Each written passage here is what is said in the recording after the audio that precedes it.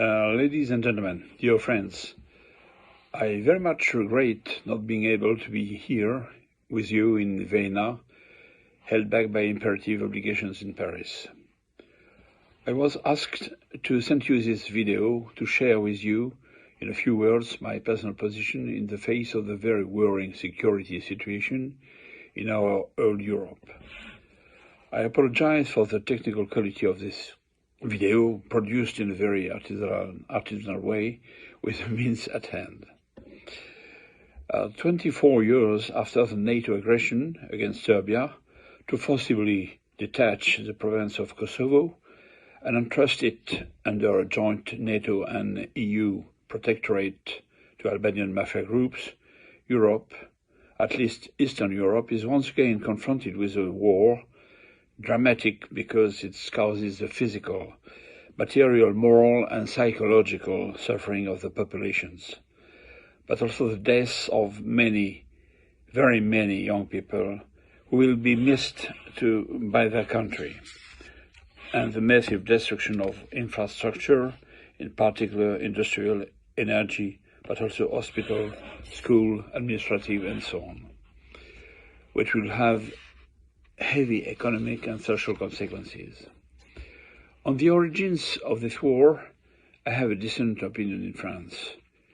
Here is what I wrote a few days ago to a journalist I know, who had just published an article shocking by its systematically pro-Atlanticist bias. Dear friend, I do not at all agree with you when you write that by starting this war, it was firstly occasional for Russia, in its tragic imperial tradition of subduing a neighboring country, wishing to emancipate itself from its heavy tutelage and rejoin the Western world. And I don't agree at all either when, further on, you write, speaking of Vladimir Putin, he first presented this war, as strange as it may seem for us, as a defensive war to counter the encirclement of his country by NATO. It's bloody twisted and it's wrong, said this journalist. This is where most of our disagreement lies, because for my part, I think on the contrary, that is true and done right. For my part, I discovered the trouble game played by the United States, deliberately working against us French in Rwanda, 1994, a few years after the fall of the Berlin Wall and the collapse of the USSR. Admittedly, it was not yet NATO, of course, but its tutelary power.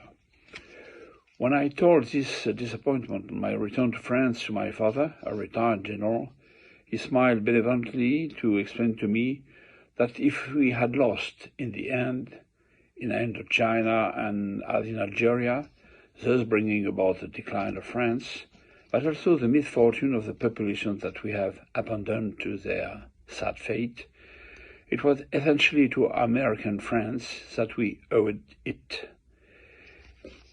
Then, in 1999, I commanded the French Special Forces engaged under NATO command in North Macedonia and Kosovo. And I then measured how much this organization, from being defensive against the Warsaw Pact and the USSR, had in fact become an anti-Slavic and anti-Russian offensive tool, at the heels of American interests alone, of which one of the priority strategic goals is to divide Europe in order to better control and exploit. This led me to leave the French army, which had in fact become the auxiliary of the Atlantic Alliance.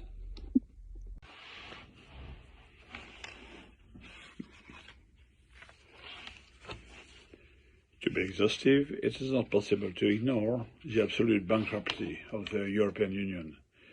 This thing, as General de Gaulle would say it, that has become so deeply harmful today, anti-democratic, where corruption is clearly very firmly established in the hands of an elected caste.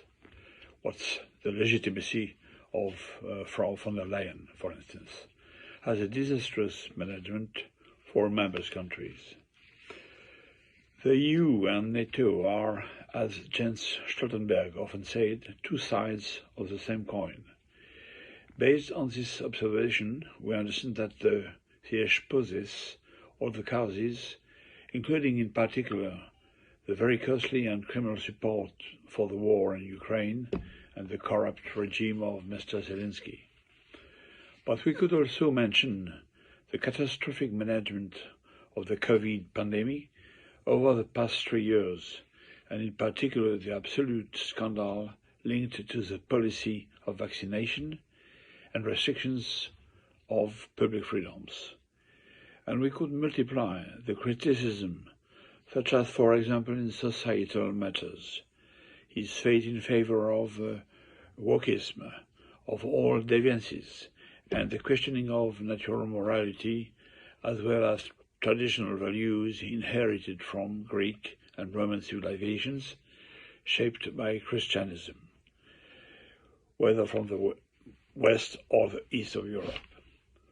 Or another example, like the absence of protection policy in the face of the migratory surge of unassimilable populations, and its possession of security tragedies, and serious attacks on the identity of the peoples of Europe. We often talk about Sweden or Germany, but the fate of France is hardly enviable either.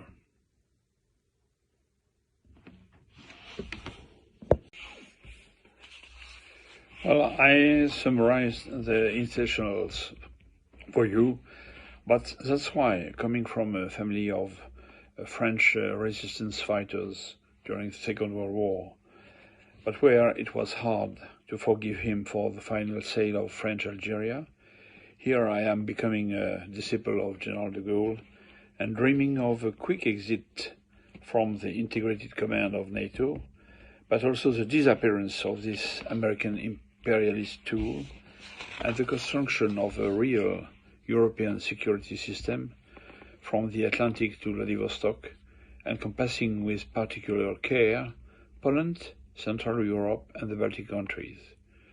I know we are a long way from that today, but it is up to the peoples of Europe to free themselves from the American yoke, to regain control of their destiny before it's too late.